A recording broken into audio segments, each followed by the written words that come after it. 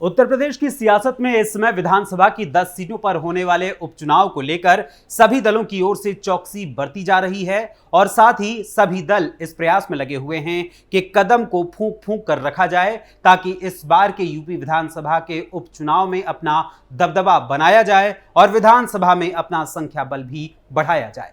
वहीं इसी क्रम में जहां एक तरफ बसपा द्वारा इस उपचुनाव में त्रिशंकु की स्थिति उत्पन्न करने की योजना बनाई गई है, तो वहीं दूसरी ओर कांग्रेस लगातार समाजवादी पार्टी के लिए सिरदर्द बनने का काम कर रही है।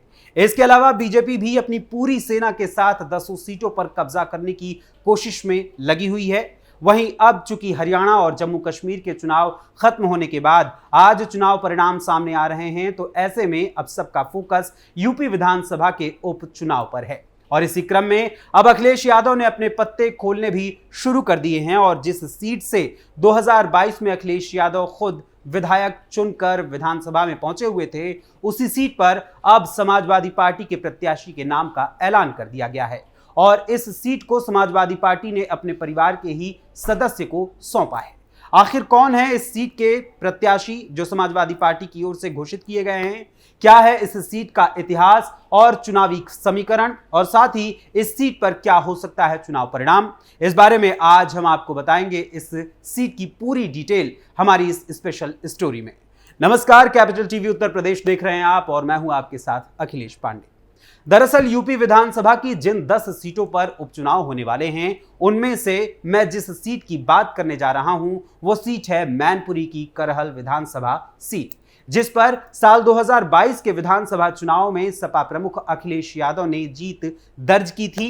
वहीं 2024 के लोकसभा चुनाव में उन्होंने मैनपुरी सीट से सांसदी का चुनाव जीता था और करहल विधानसभा सीट के विधायक पद से उन्होंने इस्तीफा दे दिया था, जिसके पश्चात ये सीट खाली हुई और अब यहां पर उपचुनाव होने वाला है। करहल विधानसभा सीट पर समाजवादी पार्टी ने सैफई के यादव परिवार को ही अब अपना नया प्रत्याशी सौंपने का काम सौंपा है, यानी कि यहां से भी यादव परिवार से ही एक नया प्रत्याशी चुना गया है। यह नए प्रत्याशी कोई और नहीं बल्कि सपा संरक्षक मुलायम सिंह यादव के बड़े भाई रतन सिंह के पोते और लालू प्रसाद यादव के दामाद तेज प्रताप सिंह यादव हैं।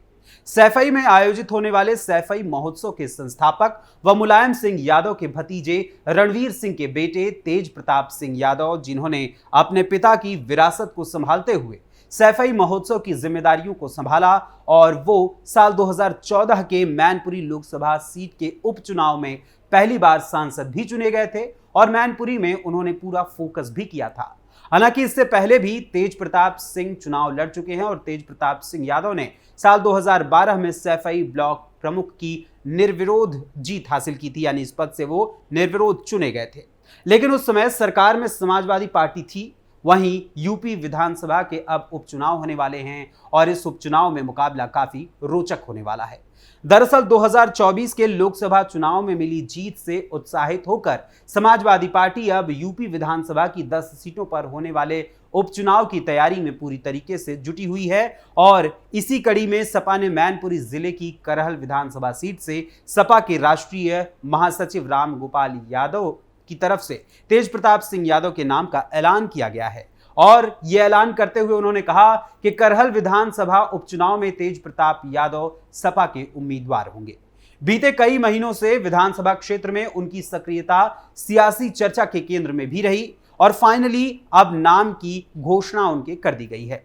वहीं गौरतलब है कि करहल विधानसभा सीट के पिछले 35 से 40 सालों के इतिहास पर यदि हम नजर डालें तो साल 1985 में दलित मजदूर किसान पार्टी के बाबूराम यादव ने यहां उस समय जीत हासिल की थी और साल 1985 में यूपी में कांग्रेस की सरकार बनी थी।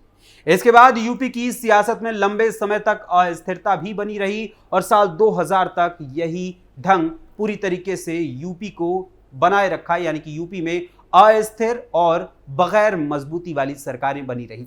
लेकिन उसके बावजूद स्थिरता आई और आज तक वो स्थिरता 2002 के बाद से बनी हुई है। वहीं सीट के इतिहास पर यदि हम नजर डालें तो यहां 1989 और 1991 में समाजवादी जनता पार्टी यानी सजपा ने जीत हासिल की थी। फिर 1993, 1996 में सपा की टिकट पर बाबूराम यादव यहां से विधायक निर्वाचित हुए थे। इसके बाद साल 2000 के उपचुनाव में सपा के अनिल यादव, 2002 में बीजेपी और साल 2007, 2012 और 2017 में सपा के टिकट पर सोवरन सिंह यादव करहल विधानसभा सीट के विधायक चुने गए थे। तो वहीं 2022 के विधानसभा चुनाव में अखिलेश यादव ने इस सीट से विधायकी का चुनाव जीता था और विधानसभा में नेता प्रतिपक्ष बने थे। यानी देखा जाए तो करहल विधानसभा सीट पर सपा ने 7 बार जीत हासिल की है पिछले 40 सालों के इतिहास में, और वहीं भाजपा ने महज साल 2002 में ही यहां जीत हासिल की थी। लेकिन इसके बावजूद भी सपा का इस सीट पर पूरी तरीके से कब्जा रहा है और भाजपा इस कब्जे को तोड़ने की कोशिश में लगी हुई है। वहीं अब की बार यहां होने वाले उपचुनाव में सपा की ओर से और भी अधिक तैयारी की जा रही है और अपने गढ़ को बचाने का प्रयास भी किया जा रहा है, और साथ ही भाजपा भी सपा के इस किले को भेदने की तैयारी में लगी हुई है। हालांकि अगर इस सीट के जातिगत समीकरणों की हम बात करें तो यहां यानी करहल विधानसभा सीट पर कुल मतदाताओं की संख्या 3,75,000 है, जिनमें से 1,30,000 यादव हैं। वहीं अनुमान के अनुसार इस सीट पर अनुसूचित जाति के 60,000 मतदाता हैं। इसके साथ ही शाक्य मतदाताओं की संख्या यहां 50,000 है, तो ठाकुर जाति के 30,000 मतदाता हैं। तो वहीं पाल और बघेल मतदाताओं की संख्या की बात करें तो वो 30,000 हैं। मुस्लिम मतदाता 25,000, तो लोधी वोटर्स 20,000 की संख्या में हैं। वहीं ब्राह्मण वोटर्स 20,000 और बनिया समाज के 15,000 मतदाता यहां पर हैं। ऐसे में देखा जाए तो यहां यादव और अनुसूचित जाति के मतदाताओं की बाहुल्यता है, और इसी पर फोकस करते हुए समाजवादी पार्टी ने तेज प्रताप सिंह यादव को अपना प्रत्याशी घोषित कर दिया है। वहीं 2022 के विधानसभा चुनाव में करहल से सपा उम्मीदवार अखिलेश यादव ने भाजपा के प्रोफेसर एसपी सिंह बघेल को यहां हराकर जीत हासिल की थी, और इस चुनाव में अखिलेश यादव को कुल जो वोट मिले थे वो 1,20,284 वोट थे, जबकि प्रोफेसर एसपी सिंह बघेल को यहां मात्र 59,869 वोट ही मिले थे। यानी सपा प्रमुख अखिलेश यादव ने साल 2022 के चुनाव में BJP candidate professor SP Singh Baghel से लगभग 2 गुना मत हासिल किए थे और जीत दर्ज की थी। वहीं भाजपा इस सीट की चुनौती को भी भली भांति समझ रही है, और ऐसे में सबसे पहले पार्टी की ताकत को बढ़ाने की रणनीति पर काम किया जा रहा है। संगठन सदस्यता अभियान इस समय चलाया जा रहा है भाजपा की ओर से, और इसी के सहारे भाजपा करहल में पार्टी के विस्तार की कोशिश में लगी हुई है। करहल विधानसभा क्षेत्र में 1 लाख नए सदस्य बनाने के लक्ष्य को लेकर काम हो रहा है, और इसके लिए हर बूथ पर 4-4 नेताओं की टोलियां बनाई गई हैं।